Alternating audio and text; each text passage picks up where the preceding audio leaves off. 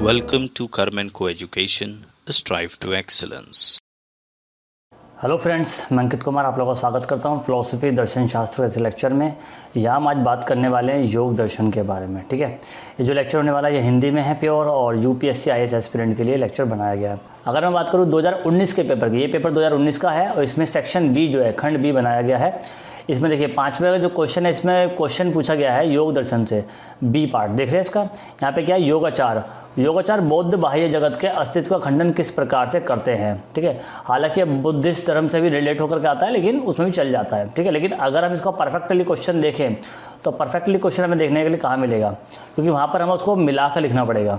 ठीक, लेकिन अगर हम इसको नीचे थोड़ा सा लेके जाता हूँ मैं आपके लिए, तो 7वें का बी आपको दिखाई दे रहा होगा। यहाँ पर देखिए, योग दर्शन किस प्रकार एक वैज्ञानिक एवं ईश्वर ज्ञान संपन्न भक्त और एक आत्मज्ञान संपन्न योगी के चित्त स्तरों को समझेगा, अपने उत्तर के लिए तर्क दीजिए। ठीक है, तो देखिए क्वेश्चन बड़ा ये अच्छा है और 15 नंबर का क्वेश्चन है, कोई कम नहीं है 15 नंबर। तो अच्छी तरह समझेंगे कि योग दर्शन क्या है। जब मैं आपको योग दर्शन समझा दूंगा तो आपके डाउट क्लियर हो जाएंगे। एक और पेपर देख लेते हैं, 2018 का पेपर है। देखिए यूपीएससी 2018 का सेक्शन बी में अगर हम जाते हैं तो यहाँ पर अगर योग दर्शन की बात करें तो योग दर्शन यहाँ कहाँ है देख लेते हैं फटाक से। देखिए यूपीएससी सीएस जो मेंस का 2018 का पेपर है वो है सेक्शन बी में हम जा रहे हैं। और यहाँ पर अगर हम देखेंगे तो देखिए ये क्वेश्चन है, ये रहा 6 का पहला। यहाँ पे देखिए क्या लिखा है, न्यायिक ईश्वर के अस्तित्व को कैसे सिद्ध करते हैं। क्या योग दार्शनिक ईश्वर को उसी प्रकार सिद्ध करते हैं। तो यहाँ पर आपको योग के बारे में लिखना पड़ेगा, यदि हाँ तो कैसे, और यदि नहीं तो क्यों। अपने उत्तर के पक्ष में आपको फिर तर्क भी यहाँ देना पड़ेगा। तो इस प्रकार से प्रश्न पूछे जाते हैं योग दर्शन से। चलिए आइए चलते हैं कोर्स की तरफ। तो यहाँ हम पढ़ रहे हैं योग के बारे में। आज योग में हम चित्त को डिस्कस कर चुके हैं। अब हमारा जो टॉपिक होगा चित्तवृत्ति, क्लेश, समाधि और कैवल्य। तो हम आज चित्तवृत्ति को डिस्कस करेंगे। ठीक है, चलिए देखते हैं। यहाँ हम बात कर रहे हैं चित्तवृत्ति के बारे में। देखिए, जब चित्र इंद्रियों द्वारा विषयों के संपर्क में आता है तो एक विशेष प्रकार का आकार ग्रहण कर लेता है।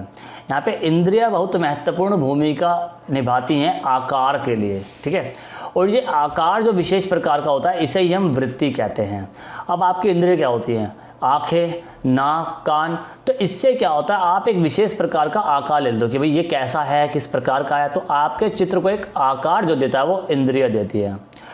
और जो इंद्रियां आपको आकार देती है, यानी कि वृत्तियों के आधार पर ही वस्तुओं का ज्ञान आपको प्राप्त होता है। ये वृत्तियां होती हैं, चित्त की जो वृत्तियां होती है, इन्हीं के आधार पर आपको वस्तुओं का ज्ञान प्राप्त होता है। कैसे देख लीजिए, मान लीजिए बीज है, तो आपने क्या किया, अपनी इंद्रिय के द्वारा ज्ञान प्राप्त किया कि ये बीज है। अब बीज से मान लीजिए एक पौधा बना, तो आपकी इंद्रिय क्या बताएंगे, आपको पौधा बना। पौधे से मान लीजिए पेड़ बना, ठीक है, ये पेड़ आपका बन गया। तो आपकी इंद्रिय क्या बताएंगे आपको कि यहाँ पर एक पेड़ बन गया। ठीक है, तो चित्तवृत्तियाँ जो होती हैं ये भी 5 प्रकार की होती हैं, क्योंकि इन 5 प्रकार की चित्तवृत्तियों से आपको ज्ञान की प्राप्ति होती है।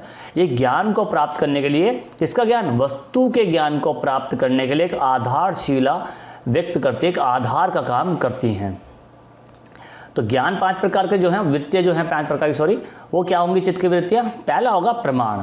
प्रमाण को हम कई लेक्चर में और समझ चुके हैं, लेकिन यहाँ पर भी समझेंगे। देखिए, यथार्थ ज्ञान की प्राप्ति के साधन को प्रमाण कहते हैं। जब आपको यथार्थ ज्ञान, ठीक है, यानी कि यथ के अर्थ का ज्ञान आपको जब हो जाएगा तो उसकी प्राप्ति को आप क्या कहोगे, प्रमाण कहोगे। शांत और योग दर्शन जो है वो दोनों ही दर्शन तीनों प्रमाणों की स्थिति को स्वीकार करते हैं। अब तीनों प्रमाण कौन से थे, हमने स्टार्टिंग में देखा था लेक्चर में। एक तो प्रत्यक्ष था, एक शब्द था, एक अनुमान था। यानी कि ज्ञान की प्राप्ति के लिए 3 बातों का होना जरूरी है। प्रमाण की बात प्राप्ति के लिए, यानी कि प्रमाण की प्राप्ति के लिए 3 बातों का होना जरूरी है।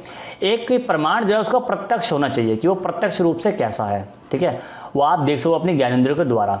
दूसरा शब्द के रूप में भी हो सकता है कि भाई कोई उसे शाब्दिक रूप में व्यक्त करे।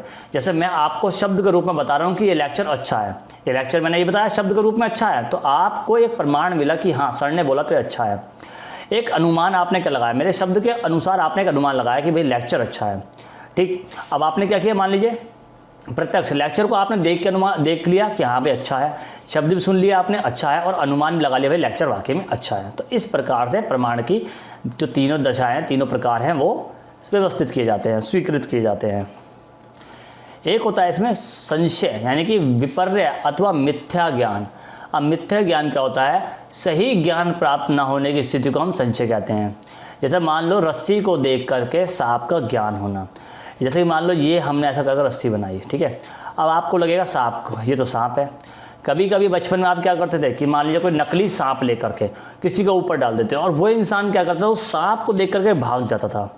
उसको क्या ज्ञान होता था कि ये जो है सांप ये असली है, इसलिए वो भागता था। तो उसको मिथ्या ज्ञान हुआ, यानी कि वो नकली सांप को असली समझा। ऐसे आप छिपकली के साथ करते हो, ठीक। यानी कि एक और उदाहरण मैं आपको देता हूँ इसका।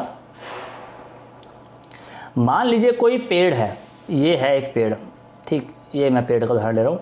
अब ये जो पेड़ है, अगर आप यहाँ से खड़ोगे, नज़दीक से खड़ोगे, इस पेड़ को देखोगे, इसका प्रत्यक्ष करोगे, तो आपको पेड़ पता लगेगा। भाई मान लीजिए 10 फुट का ऊंचा पेड़ है, 10 फीट हमने इसकी हाइट दे दी। लेकिन अगर आप इसको दूर से खड़े होकर देखोगे तो आपको ये लगेगा ये तो यार 2 फुट का या 3 फुट का पेड़ है, यही सा आप समझोगे ना, क्योंकि दूर से आपको ये छोटा दिखाई देगा। तो ये होता है जब आप इसको दूर से देखो, ये मिथ्या ज्ञान होता है। हालांकि यहाँ पे मिथ्या ज्ञान होता है कि आप इसके और नज़दीक जाओ, यहाँ जाकर के आपको पता लगे 10 नहीं 12 फीट का था, ठीक है। तो इसे कहते हैं मिथ्या ज्ञान, यानी कि किसी संशय पे आधारित होगा वो। अगला होगा इसमें कल्पना, यानी कि विकल्प की बात यहाँ कर रहे हैं।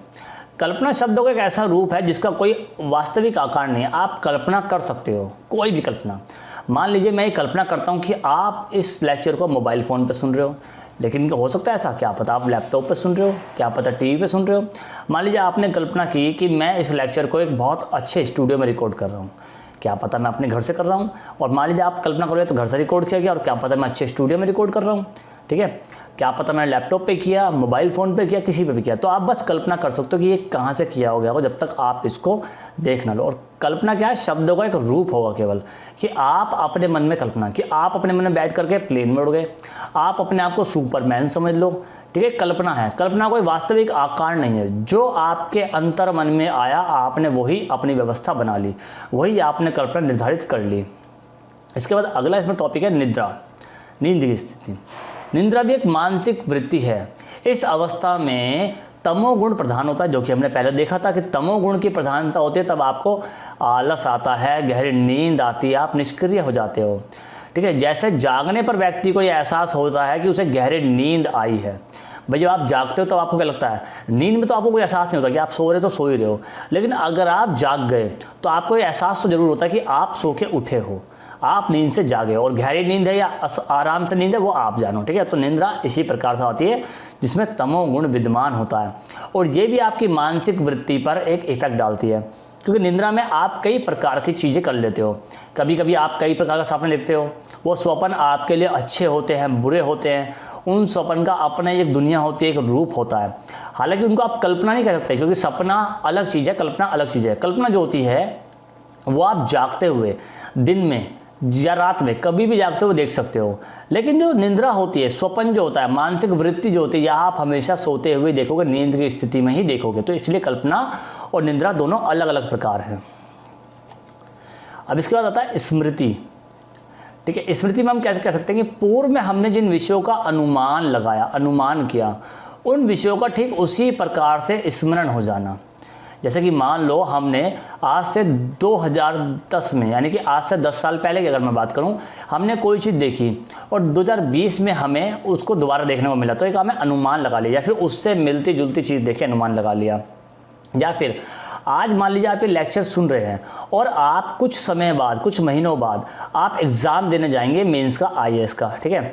तो आप क्या करोगे, आप अपनी स्मृति के साथ में जाओगे, आप आपके अंदर जो स्मृति है आप उस स्मृति को लेकर के जाओगे और वहाँ जा कर के आप एग्ज़ाम दोगे। यानी कि इस लेक्चर के द्वारा जो आपको ज्ञान मिला है, आपने जो स्मरण किया है, ठीक है, स्मरण किया है, उसी प्रकार से आपकी जो स्मृति बनेगी, उससे आप जा कर के वहाँ पर अपने ज्ञान को प्रकट करके उत्तर दे पाओगे, जो प्रश्न पूछेगा उनके उत्तर दे पाओगे। अगर आपके अंदर स्मृति ना होगी तो आपको विषयों का अनुमान नहीं कर सकते आप पूरा, ठीक है। मान लीजिए देखिए आप जो वहाँ पर आपसे मान लीजिए प्रश्न पूछे जाएंगे, या आपसे वहाँ पर कुछ प्रश्न पूछ जाएंगे, जो ये प्रश्न पूछे जाएंगे आपको इन प्रश्न का कोई ज्ञान नहीं है, आपको नहीं पता कि प्रश्न कौन से आपसे पूछे जाएंगे, लेकिन आपके अंदर एक स्मृति है, आपके अंदर एक ज्ञान है, एक उसका अनुमान है कि हाँ इस प्रश्न का अनुमान हम इस वाली स्मृति से लगा सकते हैं, कर सकते हैं, ठीक। अब इन्हीं वृत्तियों के कारण जो है मानव जो है वो राग द्वेष की अवस्था में घिर जाता है। और संसारिक बंधनों में जकड़ा हुआ रहता है तथा बंधन चक्र एवं संसार चक्र में पड़ता रहता है, क्योंकि उसे हमेशा कुछ न कुछ लालसा होती है। वो मान लीजिए कल्पना करता है कि मेरे पास एक बड़ा बंगला हो, गाड़ी हो, तो एक क्या है, राग द्वेष से पड़ रहा है। वो हमेशा मान लीजिए स्मृतियों में खोया रहता है कि अरे कितना अच्छा होगा अगर ऐसा होगा, कितना अच्छा होगा अगर वैसा होगा, या फिर पुरानी यादों में खोया रहता है। मान लीजिए कोई पुरानी याद है, वो अच्छी है बुरी, आप उसी में खोए रहते हो, तो आप अपनी स्मृति में घिर रहते हो, यानी कि बंधन में पड़े हुए आप। ठीक है, तो बंधन का मतलब क्या है यहाँ पर, कि जो भी घटना घट चुकी है या फिर जिसके होने की कल्पना आप कर रहे हो, आप उसके चक्र में जब बन जाते हो तो आप एक बंधन में आ जाते हो, एक राग द्वेष में आ जाते हो, एक मोह माया में आ जाते हो। तब आप संसार चक्र में पड़ रहते हो, और संसार जो है वो बंधनों का एक बड़ा जाल है जो आपको इसमें जकड़ने का हर संभव प्रयास करता है, हर संभव कोशिश करता है। और जब आप इसमें आ जाते तो आप राग द्वेष की अवस्था से घिर जाते हो और आपकी वृत्तियाँ जो है आपके काबू से बाहर हो जाती हैं और आप मोक्ष की तरफ नहीं जाते। ठीक, यहाँ पर क्या किया गया, चित्त वृत्तियों को दो प्रकार से बांटा गया है। चित्त वृत्तियों को दो प्रकार है। पहला प्रकार है क्लिष्ट चित्त वृत्ति और दूसरा प्रकार है अक्लिष्ट चित्त वृत्ति। क्लिष्ट चित्त वृत्ति को अगर देखते हैं तो क्लिष्ट चित्त वृत्ति क्या है, जिन चित्तवृत्तियों से क्लेश उत्पन्न होता है। ठीक है, क्लेश उत्पन्न होता है अर्थात चित्तवृत्तियाँ राग द्वेष को बढ़ावा देती है। यानी कि जब आप किसी की कल्पना करते हो कि अरे यार ये तो इंसान कैसा है, इससे आपको एक द्वेष इस होने लग जाता है, आप उससे जलने लगते हो। इसमें क्या होता है, इसमें रजोगुण और तमोगुण को बढ़ावा मिलता है और उसकी प्रधानता बनती चली जाती है। तो रजोगुण और तमोगुण को जब बढ़ावा मिलता है आपकी क्लिष्ट वृत्तियों से, तो उन्हें ही क्लिष्ट वृत्ति कहते हैं। आपके राग द्वेष के द्वारा इन्हें बढ़ावा मिलता है, आपकी कल्पनाओं के द्वारा इन्हें बढ़ावा मिलता है। क्योंकि इसमें क्या होगा, इसमें आप द्वेष में पड़ जाओगे, और तमोगुण में क्या होगा, आपके अंदर आलस्य भी आएगा। ठीक है, आपके अंदर निंद्रा भी आएगी, तो आप अपने बुद्धि का विकास कम कर दोगे, आप विभिन्न प्रकार की कल्पनाओं से घिरे रहोगे, आप कोई सत्य के ऊपर नहीं जाओगे, आप बंधन में बंधे रहोगे।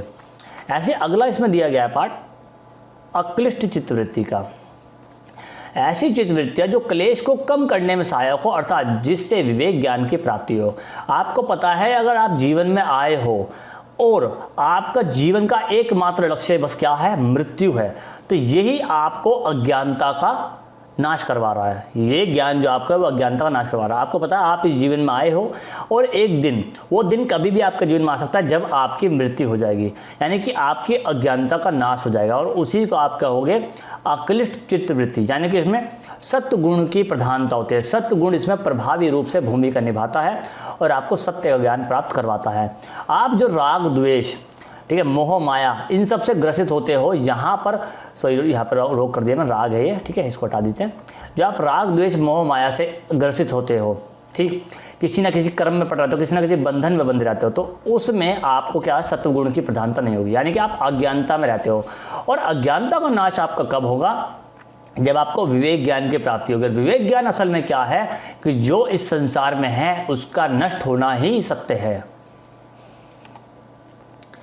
तो यहाँ पर हमने फिलोसफी का एक और टॉपिक डिस्कस कर लिया, योग दर्शन का। आई होप आपको लेक्चर समझ में आया होगा। मिलते हैं नेक्स्ट वीडियो में, तब तक के लिए goodbye and God bless you.